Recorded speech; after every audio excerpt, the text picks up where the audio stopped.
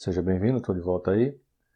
E nesse vídeo a gente vai dar sequência à nossa série de eletrônica de potência. No vídeo anterior a gente viu, ou nos vídeos anteriores, a gente viu o gerador em estrela, ora com a carga em estrela, ora com a carga em delta. E nesse vídeo a gente vai ver o que acontece quando a gente conecta o gerador em delta. Antes de começar o vídeo, eu vou pedir a você que se inscreva no canal, deixe seu joinha e o seu comentário que ajuda a divulgar, certo? Bom, então a gente tem aqui o nosso gerador em delta, ele é chamado gerador conectado a 3 fios, ele não tem uma ligação com o neutro. E a gente tem aqui as 3 fases EAN, EBN e ECN ligadas no formato de um triângulo. A gente pode ver claramente aqui na figura que a tensão EAB de linha ela é igual à tensão EAN na fase. E a mesma coisa para as outras linhas e para as outras fases. Ou seja, para a ligação em delta, a tensão de linha é igual à tensão de fase. A gente vai considerar nas nossas deduções aqui a sequência de fase ABC. A gente já viu que era isso nos outros vídeos, né? Então, quem tiver alguma dúvida, por favor, volte lá. Bom, se a tensão de linha é a mesma, não é o que acontece, é a mesma que a tensão de fase, né? Não é o que acontece com a corrente de linha e corrente de fase, né? Se a gente verificar aqui o nó A, a gente tem uma corrente I, Azão Azinho de linha saindo do nó, e a gente tem chegando IBA e saindo IAC. Então, a gente vai aplicar a lei de Kirchhoff aqui para deduzir a relação entre a corrente de linha e a corrente de fase. Tensão Azão Bzão de linha é igual à tensão de fase AN. Em termos de senoide, a gente tem a tensão de fase raiz de 2 e AN seno de ômega t. Essa parcela aqui é a tensão de pico, né? Então a gente tem o valor eficaz vezes o raiz de 2 que vai nos dar a tensão de pico.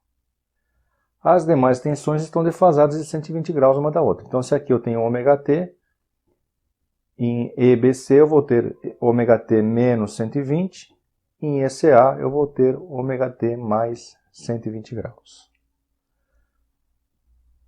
Agora vamos ver a nossa relação entre corrente de linha e corrente de fase, né?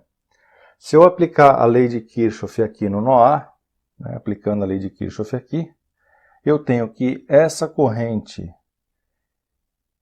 IBA é igual a I Azão Azinho mais IAC, ou seja, a corrente que está chegando no nó é igual ao que está saindo. Então, IBA é igual a IAC mais I Azão Azinho. É o que está aqui. Eu quero saber a corrente de linha. Então, eu vou isolar I Azão Azinho. I Azão Azinho é igual a IBA menos IAC. Aqui a gente tem o diagrama fasorial da coisa, né?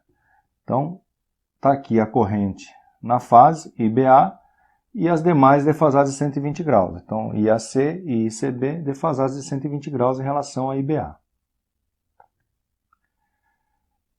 I Azão Azinho é igual a IBA menos IAC. Só que menos IAC, né, se eu inverter o índice aqui, ó, IAC para ICA, eu troco o sinal aqui. Então eu fiquei com I Azão Azinho igual a IBA mais ICA. Mas o ICA ele é menos IAC. O IAC é isso aqui. Então o ICA eu vou apenas mudar o sentido do vetor. E eu estou dizendo aqui que a corrente de linha é a soma fasorial entre esse vetor e esse outro vetor aqui. Aplica a regra do paralelogramo, a gente vai ter isso aqui. Bom, na hora que eu rebati esse vetor, eu tinha 120 graus entre os dois pretos aqui. Quando eu rebati, eu tive um ângulo de 60 aqui. Ao aplicar o paralelogramo, eu divido novamente por 2 e eu fico com um ângulo de 30. Se eu fizer a projeção de IBA nesse eixo horizontal aqui, que é o I Azão Azinho, né? Eu vou fazer IBA vezes cosseno de 30. Então, essa medida x aqui, esse comprimento x, ele é igual a IBA cosseno de 30. Só que aqui também é x. Então, quem é Iazão Azinho? É 2x. 2x vai ser igual a raiz de 3 IBA. Porque eu vou ter raiz de 3 sobre 2 IBA mais raiz de 3 sobre 2 IBA. Somando tudo vai dar raiz de 3 IBA. Então, a corrente de linha é igual a raiz de 3 vezes a corrente de fase. A gente está falando em módulo. A gente viu que a fase aqui é 30 graus, a defasagem entre uma e outra, né? Então, menos 30, porque a gente está vendo nesse sentido aqui. Então, a corrente de linha, razão azinho, ela é raiz de 3 IBA, ângulo de fase menos 30. E para as outras fases eu vou defasar de menos 120 graus. Eu vou tirando 120 graus. O módulo é o mesmo, né? Então, IBzão Bzinho vai ser ICB menos 150 e aqui 90. Só troca o ângulo. Os módulos aqui são iguais, né? IBA é igual a ICB, que é igual a IAC. E, em geral, eu posso dizer que a corrente de linha é raiz de 3 vezes a corrente de fase do gerador.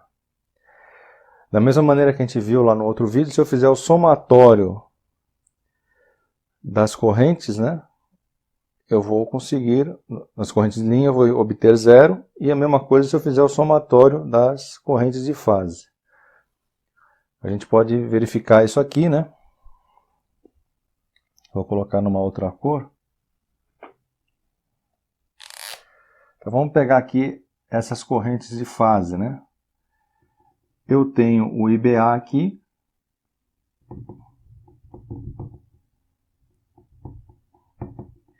E esse ângulo aqui é 60, né? Metade dos 120 que eu tenho aqui. Aqui também é 60.